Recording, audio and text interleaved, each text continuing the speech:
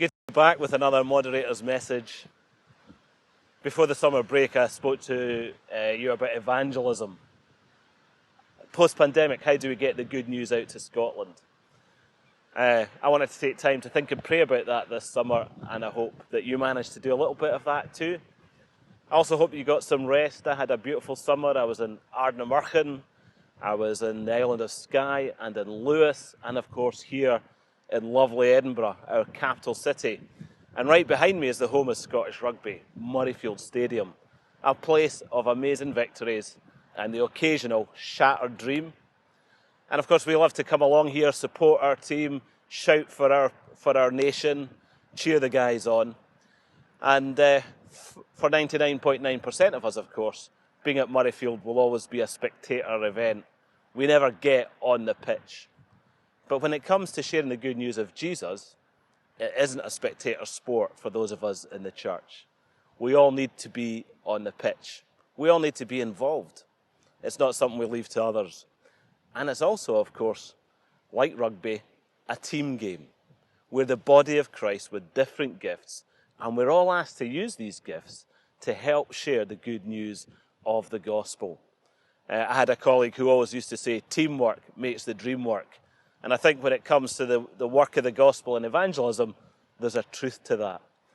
I've got a verse I want to read to you from 1 Peter chapter 3, where Peter writes and says,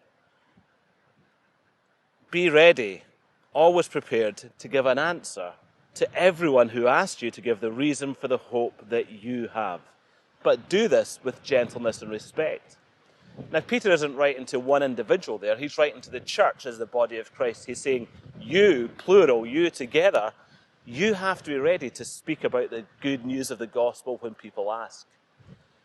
When do people ask about the gospel? Well, Peter was convinced they would ask when they saw the life of the church together, their humility, their love, their kindness. How we live together as Christians in the church should speak powerfully about the goodness and love of the gospel. And so I want to say that your life together as a church is part of your evangelism. How you relate to each other, care for each other, support each other, and work together is a great way of demonstrating the goodness and the power of the gospel. You don't have to feel bad about evangelism, that it's something that you struggle away at on your own, feeling guilty about how terrible you are at sharing the good news. Rather, think about how you work together with others in your church, using your combination of gifts to make Jesus known. Some of us are super sociable. We love talking to people. Some of us are very good at explaining things and telling people what we believe. Others are great at hospitality and cooking. Using those different gifts, we can make friendships, invite people into our homes for meals, tell the gospel story.